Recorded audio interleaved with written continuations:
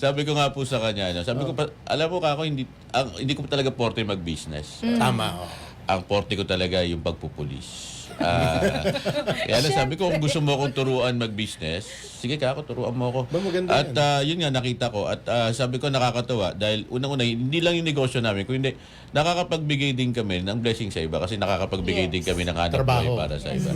Kasi kung mapapansin namin, yung aming negosyo, yung restaurant, nandun ako, nag-serve ako. Mahilig naman ako magluto. Oo naman. Sabi ko, pag hindi ka daw magandang lalaki, at maganda ang lalaki katulad ko, dapat magaling ka magluto. Dahil hindi daw kayang ibsan ng kapugian ng kumakalam na tiyan. Ay, yun na lang pa 49. Kaya yung business namin na yun, nakakatuwa dahil sabi nga namin, yung mga kababayan natin, natutulungan din natin magkaroon ng hanap buhay. Kasi nga, kung gusto mo magnegosyo, as sabi nga, meron kang 5,000, meron ka ng sariling business.